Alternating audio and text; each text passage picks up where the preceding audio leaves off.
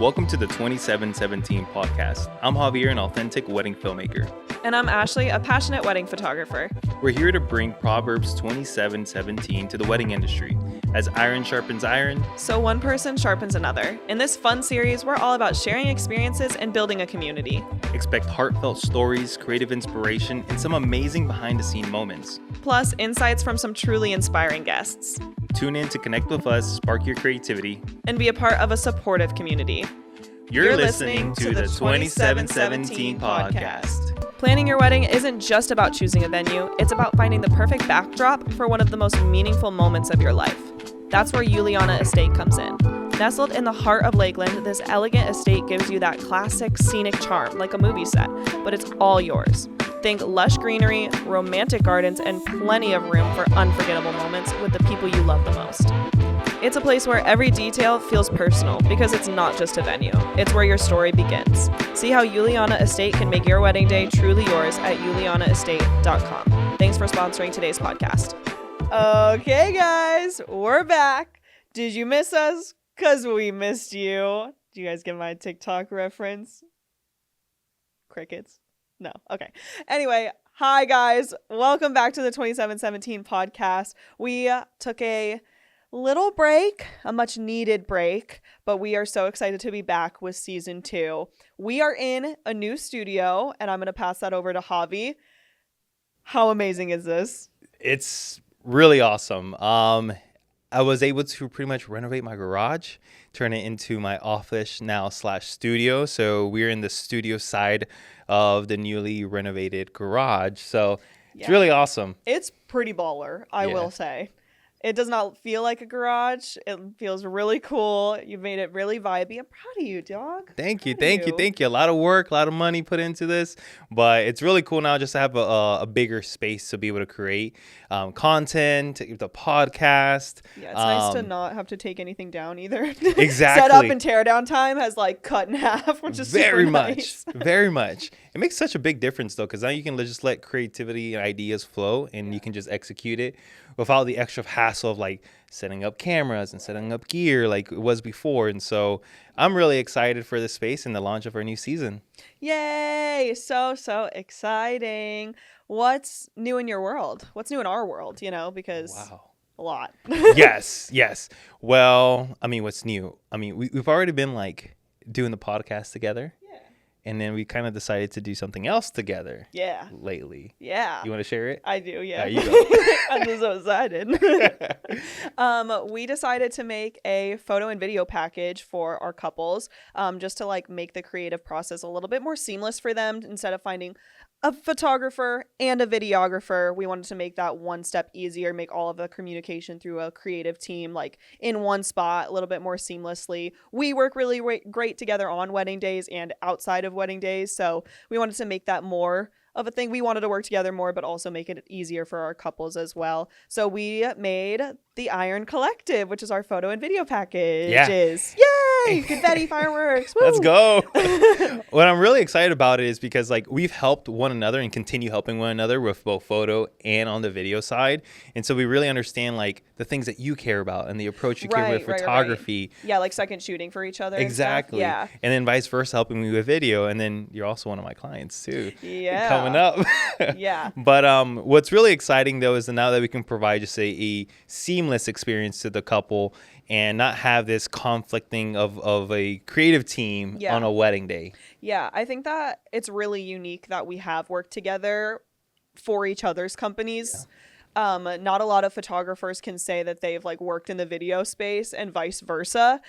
So like we have a really cool understanding of each other and how we work and like our approach and stuff like that. So kind of fun, unique. Not like that's every case, but like unique to us, which is cool. I think it's so far, just to give you guys like, I guess the accomplishment, right? We've hit like 10 weddings so far together. Yay! And one of them is international, which we're so excited about. We have a couple others out of state that we're super excited about. So 10 weddings together. 10 weddings. And that was booked under Iron Collective. We've done Collective. We have a couple booked that are separate too, from before we started Iron Collective Yeah. too. So, but 10 together under Iron Collective, which is It's super crazy. awesome. So who knows what's going to happen with it if it continues growing on its own. But right now, we're really excited for the upcoming season and all the weddings we got together with the Iron Collective. Yeah, we're going to have a lot more stories to share, Very a lot much. more exciting things coming. So, yeah, it's going to be good. Stay tuned. Woo! Well, with that being said, I mean, one of the pain points that I know I've been experiencing, I don't know if you've been experiencing it, but one of the pain points I've been experiencing is when you have a photo and video team on a wedding day that the couple per se requested different styles from, right? Where it's like maybe a bride requested from the photographer a lot of editorial type of pose shots and they wanted that approach. But then on the video side, they requested a documentary style type of film. And I've been, you'll find that conflict of approaches then become different. And that's where I think it leads to a lot of the parts where then videographer has to step in or photographer has to step in and redo things. Yeah. Or videography extra might on the struggle. back. Yeah. Where because now you don't have many candid moments when everything's very much posed. And you don't give the space for the opportunity to breathe and something actually genuine to happen. Yeah. And I feel like a lot of clients get a lot of their information from social media and stuff now too, because yay, you just got engaged. That's amazing. And you're thrown into this world of stuff that you don't know. Like we go to weddings every weekend. So like we are fully immersed in the weddings side of things. We know everything. We know how things work and stuff like that. When you are newly engaged, you don't have that. So where do you go? You go to Google, you go to TikTok, you go to Instagram, and you find and Pinterest even. Like Pinterest is a huge place. It's a great place to be, but also like you are seeing all of these people's different work from different styles and new trends, and you are like literally exploded into this like world that is like weddings. And I feel for my couples, like I feel like they come to me and they're like, I have no idea what I'm doing or how to describe. Like I get on consult calls and they're like, I like this and I like that, but also I have no idea what any of it means. Like, you know what I mean? It's like, I like the editorial and I like the documentary and I like this, but also like, can you explain what those mean? Exactly. And everybody interprets these things in a different manner, in a different way. This is why I'm so happy, like we'll be working together with Iron Collective because, and even I still do it in my own self or just video, but being able to walk them through what these terms actually mean for the artist, right? Creating for it. So like if it's dramatic or if it's more quirky and playful or romantic, that way these terms are not used in a different way and sets different expectations for one another. And the cool part is, since we're together now, like we're able to walk that, the couple together, what that really looks like. So that on wedding day, it's like, hey, we both now know the approach of how to go to take into the wedding. Yes. Yeah. Especially for photo and video because they get linked a lot because it is both creative fields, but they're so different on the back end of things. Like seeing your back end has been crazy because like you literally craft a story, like their story into like a movie, which is a lot more story based. It takes a lot of candid moments and stuff like that. Whereas like for photography, a lot of it is done day of. Like if I want to do an editorial approach, I'm going to pose them, more so and shoot a little bit more artistically, thinking different angles, the Dutch angle, stuff like that, blurry, all of that kind of stuff takes into account on actual wedding day where a lot of your artistry happens post. Exactly. And like wedding day for me is collecting all the ingredients I'm going to need for the film.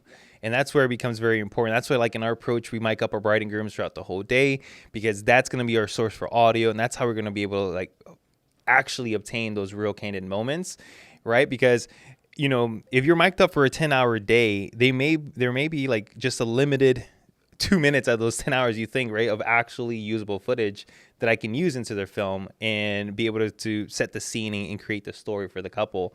So it definitely becomes a very like complex things if the approach isn't aligned very well. Yeah, and I think that's where we need to sympathize a little bit with our couples because they maybe don't know what all of these creative words mean. So you want to make sure that when you're on your consult calls with your clients that you are aligned in vision because they have a specific look that they want for their photos and their videos. So maybe going over their Pinterest board and really like being like, okay, what do we love about like what's in here, you know what I mean? Do you like the way they're posed? Do you like the colors? Do you like stuff like that? So then you can get a better idea of how to really serve them the best way and educate them on maybe like, hey, this photo looks really documentary, but maybe it is a more posed moment. Like you need to have that extra element of posing to create something like that. You know what I mean? Like there's a lot of mixed medium, and I think that there's become a beautiful mix of the two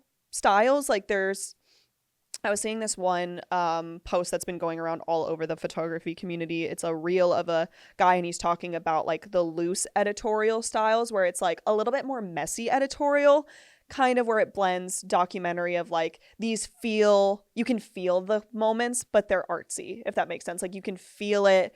They look candid. It feels real and raw and authentic, but in an artistic way. And I think that trend is really overtaking the photography community right now, which I am very guilty of. So don't come at me. Or do, because if you like the style, come at your girl, you know? What are you feeling? I mean, the biggest thing that comes out of this is just intentionality of walking, guiding your couple. That's what we are, the guides, right? We're the professionals. This isn't our first wedding. It's multiple weddings, but we always have to look at the perspective. It's their first time. Yes. And you're guiding them through those, what these things mean and what it looks like, and help yourself as a creative be aligned with their vision as well and collaborate with it together. Yeah. I think it's very hard to always do, in a sense, for video, I would say it's like do exactly what the couple wants, right? Because you have to give the creative some room for them to breathe and to express in their approach and how they view the world, but then collaborate together onto creating something beautiful and unique for that couple. Right. In the way that they would hopefully would like to see fit, right? And the cool part is, honestly, is where when a couple does hire you is because they do trust in your vision. They do trust that you can fulfill and capture their wedding day in a unique way that they were looking for. Yeah, that's always the goal, is to have that level of trust with them, to like, hey, I am the creative. This isn't my first time. Like, I'm going to make something like, you know what I mean, unique and artistic, and like you have to trust me to do that, but also like make it them and what they want for their day. The best way I say it is like, hey, you as a couple, you guys provide the ingredients, right? But I'll give you the blueprint of how that we get those ingredients. Yeah, we be cooking. And the biggest thing is that trust factor. If you're Taylor Swift. Sorry. But the biggest thing is just getting the trust factor there, and then also letting them know it's like, hey, enjoy the moments, right? The real moments, because when you're really present with you're interacting, that's where you can get that, those photos and stills where it's like, it feels so like editorial, but yeah, it was documentary, because the way that we're just together and with love, it just comes out of it naturally throughout the day. We ended up talking about this topic because with the Iron Collective, we both send out in our own businesses like a final pre-wedding questionnaire to kind of get to know the couple's vision a little bit more. Like for photo wise, I'd use it for like timeline structure and like stuff like that, like basic information and all of that stuff, but also creative information too.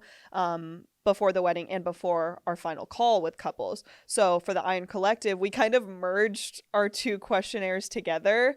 And our way of structuring it was, we found really unique and fun, which I feel like is cool. But the process itself was very fun. Says not me. Says Javi, because he loves all that stuff. Not me, because I was panicking. I was like, I feel so unorganized. She was so overwhelmed. I'm like, because we have like, it's a good amount of questions, right? We had like 20. I know I had like 25 maybe on my side and some on yours. I have a ton. But there was overlapping questions where we both needed the logistical information of a wedding day, but then came to like the creative part, questions that for video that I would need specifically, and editing that I reference to, and filming wise as well. And then for you as well, in terms of moments that they care about. What I love about even in your side of things were like, was there particular things about this ceremony location that you love, like little details and things of that nature? I love that it kind of shared on that. But what I ended up loving is what we discovered throughout the call is for us both, it's like, let's figure out how we can get those permissions ahead of time if we have a creative idea. I think that was really like the breakthrough in the questionnaire that was really unique to us. I was like, this is a good thing for us to have, so that on a wedding day we can make a quicker, faster decision and not have Yes. to worry about it. Yes, exactly. And I feel like even I've heard from like people through social media and stuff too, like brides and stuff like that, where it's like, I shouldn't be making any decisions on my wedding day. And sometimes you want that bride to, you know what I mean? Like, you need that type of thing of like, hey, like, do you have an idea of where you want to do your first look, or like stuff like that? Like, all of that stuff can be planned ahead of time, but like, little things, you might want to go to the bride for or whatever. But we found that getting the permission to do certain things beforehand, like the more information that you have beforehand, the quicker and more efficient you're going to be on a wedding day, because wedding days are so like bang, bang, bang, bang, bang. Like, you don't need to go to the bride for permission to do things or whatever. Like, you shouldn't have to if you don't need to. So like, and if you get shot down on wedding day, like say they did give you permission to do certain things, and then you go up to them and say, hey, let's do this, and you do get shot down, because like sometimes you're over it, you know what I mean? Yeah. Like, if you don't want to do something, you don't have to. And like, we support that decision all the way, but like, just that quicker decision making is the goal. And the best part too about it is if they have a planner, it will be even good for us to be able to like send this ahead and communicate, hey, the bride let us know about these things. Right. Does it still fit within the timeline that any way we can accommodate in case we need to do it? That way a planner's not thrown off either about it, where it's like, why is photo and video taking them out right now when something's about to happen in the next 10 minutes and stuff? So it's also being respectful to the planner for the future hand in that sense. Right. So we kind of, and piggybacking off of what we had talked about earlier with like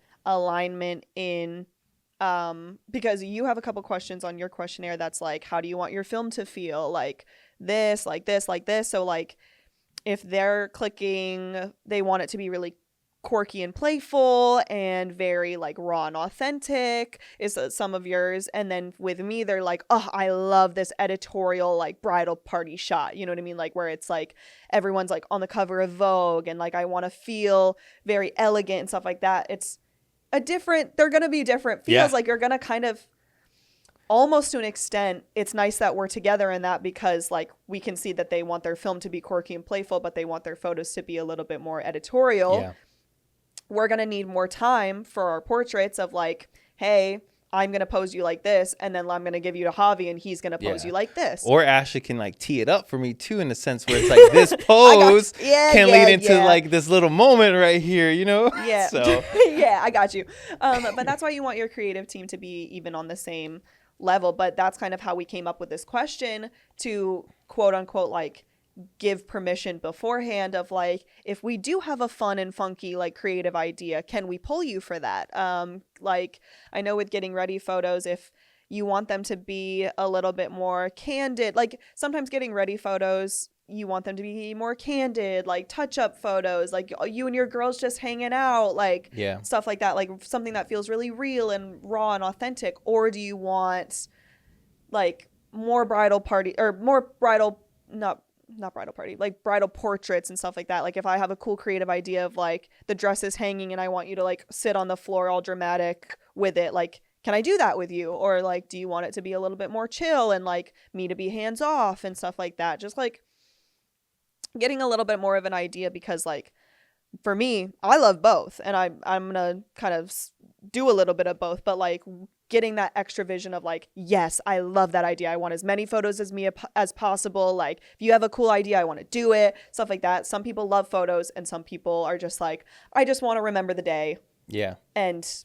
that's it, you know? Exactly. So that's why we kind of created this like permission, like, can we pull you for golden hour photos, like, you know, stuff like that. I'm trying to think of what other things were on there. So those are the only two I remember, apparently. There are more questions. I think there were a total like 8 total questions. Like in a checkbox format. Who knows? We might be creating a resource for the future for you guys to be able to use. So, you know, just throwing out hints over there. My crazy eyebrows. But yeah, structuring a questionnaire is super important to like have you get a good information leading up to your call, but also to the wedding day. The more information that you have about the couple, the more they'll feel. I feel like filling out a questionnaire, you feel very like as a bride, I'm like, ooh, they know all the things I want now because I'm filling out this questionnaire. You know what I mean? Yeah. Like gives maybe the couple a little bit more trust in you too, of like, they got all the information that I want, you know? Yep. But also for us, it's really good to, you know as much information as possible to really serve the couple in the best way. And here's something where like it's exciting for me to be able to educate the couple too as well, because I let them know how they fill it out and what they select is how my approach, how I tailor my approach to them. Yeah. And that really relates for me even when it comes to gear. If they're asking for like a raw, authentic type of film that's quirky and playful, I'm probably going to go handheld. That gives off that real feeling, that more documentary vibe. But they're asking me something like dramatic, super cinematic and clean aesthetics and everything, then I'm probably going to use a gimbal. I want very stable shots, clean shots, even lenses that probably might go more prime rather than zooms or wide angles. So it translates into this for me. And it's become like, it's my guide, right? I call it's my guide after the wedding. This is what I refer to in our final meeting because it's giving me all the information I need on how to approach the edit moving forward. That was good. Yeah, you chatted, girl. Look at chatting. you. I'm just a yapper at heart, Yeah, you dog. are, dog. Look at you now. I feel like I was the one who was yapping, not you. Like, let's go.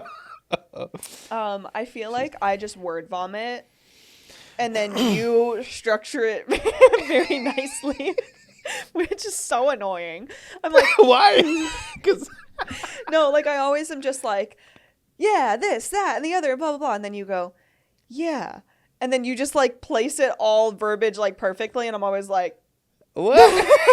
but that's us. That's us. You're the 27 to my 17, you know? Yeah. What's hilarious? Anyway, it's let's hilarious. move on. I was gonna say it's just that like as you're speaking and as I'm prepared to speak, I categorize everything in my head.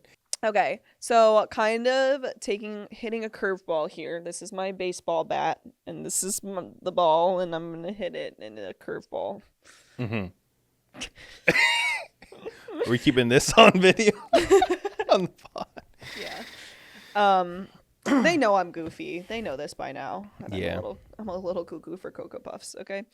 I saw this on the news, I think. It was like a TikTok, but it was a TikTok but like a news clip that they were talking about where this bride and groom charged tickets to their wedding. They had a wedding day package where it like got you admission into the ceremony and food and like dinner and everything, and then they had like a full weekend like all-inclusive package that included like their room, like the wedding, like rehearsal dinner package. Like there was like a VIP and there was like a regular admission or whatever, and they paid for their whole wedding with everyone's admissions tickets and had money left over, like that they went on their honeymoon and stuff with. No way, so it worked? It worked. Like, yes. I saw one that was the opposite. Really? Yes. Where it didn't work. Where they invited yeah, because that's dumb. Yeah. If you have rich like family and friends, fine. Charge tickets to your wedding. Yeah. But okay, anyway. Your love must be privileged, right? Like Jeff Bezos, he probably could have charged. He probably could have charged he probably did charge for his wedding admission tickets. Didn't he pay like Venice $20 million to close Venice for a day or the weekend? So. Yeah, I think he made a big donation, Yeah, I think they closed Venice. for their wedding. Yeah. How do you just close down a city like that? Anyway. Okay. Admission fees for weddings, genius or tacky? Ooh, I have to say tacky.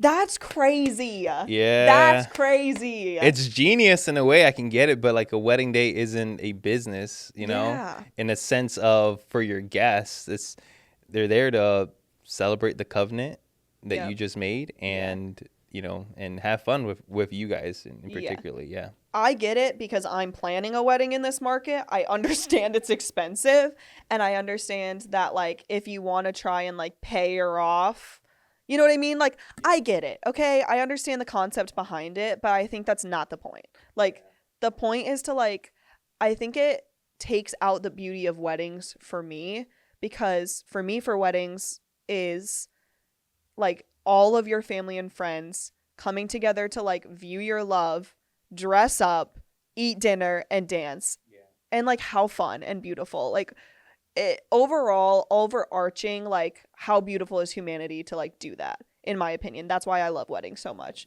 And to charge tickets to your wedding is crazy. It's crazy. It's Financially, fine. But, like, also, if you have people that are paying for it, fine, I guess. But, like, my family would laugh in my face if I was charging tickets to come to my wedding. At that point, if you're charging for a wedding, it better be like a spectacular location, Right. great food. That's big. Everybody's There gonna have better to. be fireworks. Yeah. There better be like flaming donut holes. They're gonna have to treat it like, honestly, a whole like vacation, a weekend getaway. Yeah. It's better be in Italy, and it better include a lot of wine. And I guess at that point, you're just paying the planner and the couple to make all the decisions in the sense of where we're going to be staying, what we're going to be eating, and all that stuff. But again, yeah, that's like, a lot of trust from your guests too. Yeah. To like, personally, I see it as very tacky because a wedding day, again, that's not about that. It's not that. It's not about that. Yeah. I was so mad about it when I heard it. I was like, that can't be right. Like, I wouldn't put it past people, but like, that's crazy. Were you like, darn it, it's too late now for me to do it? Darn it. I should have done it. Gosh, then I wouldn't be in debt. No, I'm just kidding. I'm just kidding. But yeah, I'm not a fan. Not a fan. I don't think that's what weddings should be about. Nope, shouldn't be. Ash? How's the wedding scene, like the business side of the wedding industry, from your peers or friends? How have you kind of sensed everybody's trajectory for 2026? Ooh, that's a good question. Honestly, I feel really, really out of the loop on a lot of things because it's not really wedding season right now. Here in Florida, it's hot. So hot, and it's rainy. It's literally raining right now. I can hear it. It's thundering and lightning out. So my last wedding was in June, middle of June. So I've had like 2 months off of weddings. So I feel like I'm so excited to get back into it. I have a lot of really fun weddings coming up the end of this year and a ton of really amazing weddings for next year too. So I'm excited to like jump back in. But so right now I've been really, really enjoying like having the time off and like not having a good backlog and everything. But from what I remember from a couple months ago, I feel like 2026 for a lot of people is slower. Like the wedding scene does this, and also booking season does this. So like you book a lot more in certain months than you do in other months. Like there's a really high engagement rate in December because a lot of people propose during the holidays and stuff like that. So that's when a lot of inquiries come in and stuff. So I think the game of like the ups and downs of business owning is a little scary, and my fiance can attest because I'll be in a slow season. This slow season, I will say, has not been as scary because I have been still booking, which is exciting, but there's certain slower seasons where like you don't have as many shoots and you're not booking as much, and I'll be ripping my hair out being like, I need more things. I need more weddings to book because like you need to live and stuff like that or whatever. And then I'll have months where like have weddings every weekend, a huge backlog. My springs are really crazy because I still teach dance, so like that's competitive season. So during spring, like no one talk to me. I am a scary person to be around. I'm very like editing all night, editing all day, answering all the emails, all the things, like going very, you know what I mean? So yeah, I'm like, I can't do this, I'm too busy. And then when I'm not busy, I'm like, I can't do this, I'm not busy. So my fiance's probably like, he always goes, you need to calm down because in a couple months you'll be feeling the opposite. And I always do. He's always right for some reason, which is annoying. But I mean, wedding business in itself is it can be scary at times, but owning a business in general, I feel like can be scary at times. But the biggest thing I would say, it's like for myself, right? Like I can speak now on 9 years being in this industry, where I would say this year more than anywhere, like any other year, I feel way more in control of my financial on that aspect now. And the biggest thing is like as a business owner, like as each year goes by, you shouldn't only just be doing the work itself, but you should be working on your business. Right. And how can you be more in control of, the market share of your bookings, of your stuff, rather than it being left up to destiny? That's the biggest thing where I see a lot of business owners kind of leave it up in the air. It's like, no, like, why don't you want to learn how to fish and create your own opportunity? One of the coolest things I found myself this year is that I went to a season where it's like, man, I need to figure this thing out. Yeah. And if I don't, I'm out of business because of cash flow. Cash flow is super important for any business. Cash flow is what allows you to pay your bills, allows you to take risk and try new things or buy gear, buy equipment. Yeah, for sure. And so, and the way we get paid in our industry is that we're getting paid for the future work. Right. And part of it gets paid this year, and everybody accepts payments in different ways.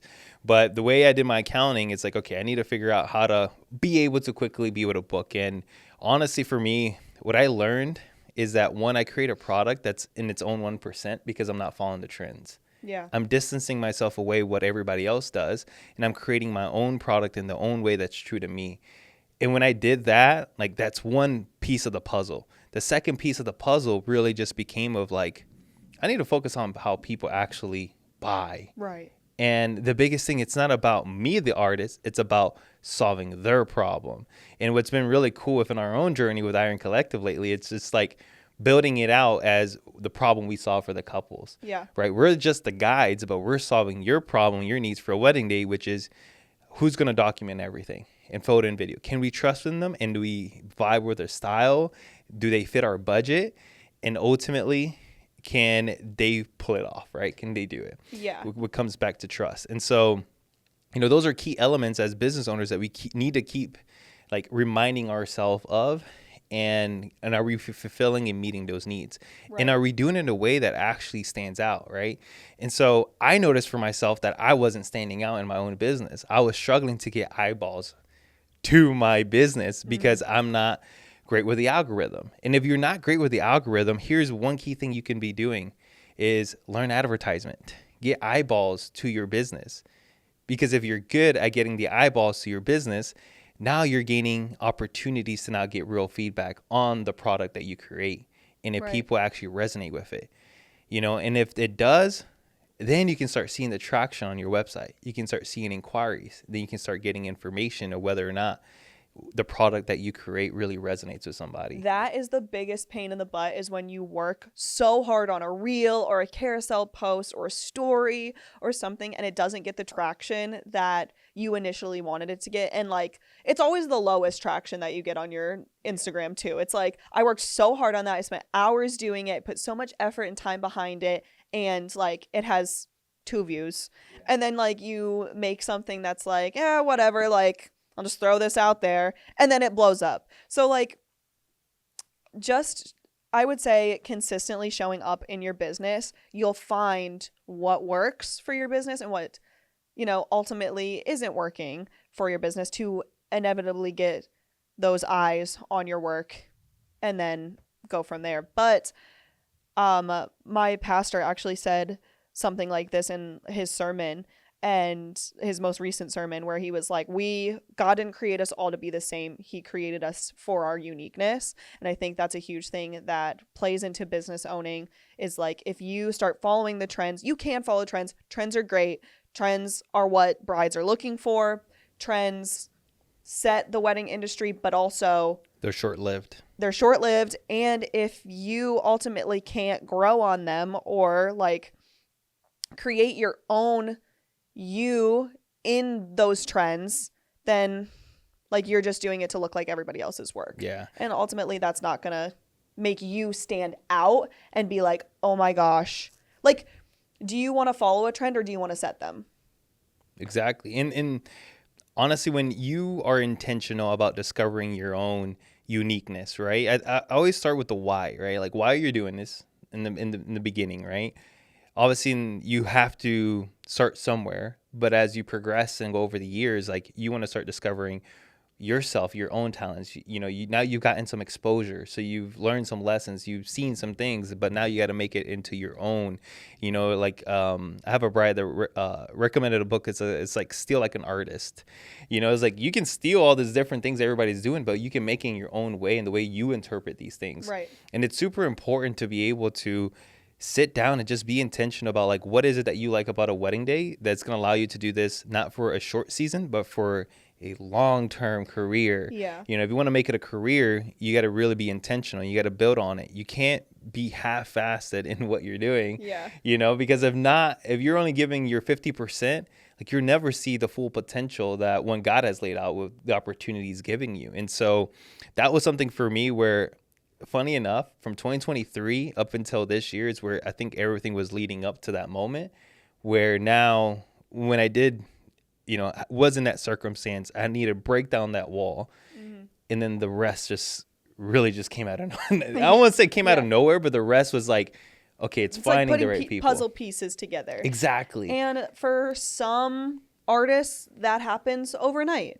And for some artists, like you said, it takes years of build up and constant showing up and like time and time again, like sacrifice and everything to then make the overall big picture all click and fit together and be like, oh, that's why that worked. And this is why this happens and whatever. Yeah. And I think that's another thing that you've really been helping me with is like, yes, one element like we were just talking about is the uniqueness. Okay. Like what you bring is unique to you and everybody's eye is different and beautiful, but you need to also learn how clients buy things, like how they view things and buy and like how a consumer buys. Like that's a huge part. Like you can have all of the uniqueness in the world, be the best artist, best photographer, absolutely amazing, and still have not as much growth as someone that like knows how someone buys and is having their check signed. You know what I mean? Like, so I feel like those are the biggest things. It's like, yes, you need to find your uniqueness, but also you need to understand and realize how the business works, how consumers buy products and services, and then very much. You think about it, right? We're being sold every single day on the different, I go to Target every day. There you go. Luke, you didn't hear that. No, I'm just kidding. He knows. But honestly, you can either decide to shop at Walmart or Target. Ashley chooses Target. Or you can go grocery shopping at Publix or Sam's. Publix. Sam's majority. Really? Yeah, you save a lot more money when you buy in bulk. Yeah, for a longer term. For certain things, you go to Publix. Okay, you have a family. That's different. I was like, it's just Luke and I. So like I go to Costco like for our paper goods and stuff. Sorry, now we're off topic. Sorry, but going we'll do back, this or that later. Back on topic, learning how someone buys, right? The psychology of making a decision is super important. Yeah. And so as a business owner, as you get more experience in what you're doing, how to guide the couple and be very intentional in your steps and how you work and how you do things and be able to communicate it to them is the biggest thing. One of the coolest parts that I love that you're now in our calls together, you're in it with me. I tell the couple, it's like, whether or not you decide to move forward with me, the biggest thing I care about is that you have trust in your creative team. Because there only is 4 things that is left after a wedding: your marriage, your photo, your video, and the experience. The experience could be good or it could be bad. And if, it ends up being a bad one, it's like, it kind of sucks in that sense, right? We know that you made a very big financial decision and a very big emotional decision within your day. And the biggest thing you want is to have complete trust in the team that you're going to have for your day. And that puts it in perspective for the couple and understanding that we know what that looks like, that commitment that they're making. And that decision is very important. We don't take it lightly. And so, because it's a one-day occasion and couples are spending a lot of money, and gone through a lot of emotions, we don't know behind the scenes where the money is coming from and how they're making it happen. But all I know is that we are given the opportunity when they say yes, when they sign the contract, when they pay, and when we show up. And it's like, it might not be our first wedding, but it's their first wedding that they're ever going to experience. And so always going in that fresh perspective. And that's the same type of perspective that needs to go in when you're marketing yourself and putting yourself out there. I do get reached out by other filmmakers in the industry asking me like, hey, how's your season going for next year? I'm like, I just need 5 more weddings and I'm booked. You booked. I mean, I could call off right now, and I have 35 weddings, but it's gonna be 40, and 40 is a lot for a lot of filmmakers. Yeah. I'm just a different breed. Yeah. I've done whatever. 100 before in the past years, but for me this year is just 40. But I'm traveling all over the country, and the cool thing is that when you can find the right people at the right market and eyeballs, like they'll hire you no matter where you're from. Yeah. They'll take you. We're going to an international wedding next year in Italy. I'm so excited. Which is insane, right? We're traveling to the Northeast. Yes. Into different locations, and who knows the other locations we'll end up traveling to. Could be out west. And that's a beautiful thing where you see it's like, man, this is coming together. Yeah. Right? It's just finding the opportunity and creating an opportunity in itself where it's unlike the others. Yeah. You know, when you're able to communicate. Now you become, it's called the blue ocean opportunity. You're the 1% of the 1% doing what you do because no one else does it the way you do in the way that you see fit and create it. Yeah. Right? And we even say too, like, we just need to get them on a call. Like, we need the opportunity to like get them on a call. So like, you know, they inquire. Our main goal is to like get them to meet us because that personal interaction is so helpful with trust too. Like the way that we set up our calls and everything is so like unique to us too, which is super fun. He's smiling at me because he's like, I set that up. Also, like, we're so intentional. We're so intentional. Ashley knows, like, it's designing everything. It's not just leaving it up to like, oh, let's figure it out on the call type of thing. Right. It's like, But no, like, we're creating these things. Yes, but that's one of the biggest ways that people buy is like with trust. Like trust is a huge thing too. So like getting them on the call of like, hi, I'm not just somebody random that like posts on Instagram my work. I'm a real person and I care about you and your wedding day and I want to learn about it. And from there, let's dive into what we think will serve you best and stuff like that. Making it all about them is huge. Yeah. And the other thing too is that the human element really gets expressed during the call. Yeah. And if we see like, I'm like, hey, girly pop. And to be transparent, if we see we see a couple where it's like we know we're not gelling on that call because we can feel it being very transactional, then it may not be the best fit for us because at that point we know where it's like we're gonna run into some other issues in the future because right now their main focus is on budget and making sure budgets hit. Right. And that doesn't necessarily mean they hit on the trust factor because then the trust factor can come to bite later, you know. Bite us later in the butt, right? If that wasn't really established that they truly trust us and not just because maybe we fit their budget or something, right. And that's a big thing to have that discernment to be able to feel on the call and to be transparent as well. Thank you guys so much for tuning into this episode of the 2717 podcast. We are so excited for season 2 and to be back at you every other week. But we have something really, really exciting coming at you next week. We have a couple of special, like, never before seen episodes with a couple of really, really fun guests. One is an all-girl episode, and the other one has some other really fun guests. So those are going to drop next week as little surprise special episodes. But until next time, we will talk to you guys soon. You can find us on Instagram, Spotify, Apple Podcasts, wherever you listen to your podcast, and you should follow us at the 2717 podcast everywhere, all of it. But Javi, where can they find you individually? At sundialcreatives.com or at sundial.creatives on Instagram. And you can find me at Ashley Jade Photography LLC on Instagram and on Google. It's been really fun chatting with you guys. It's been really fun to be back in our new studio. But we will catch you guys next time.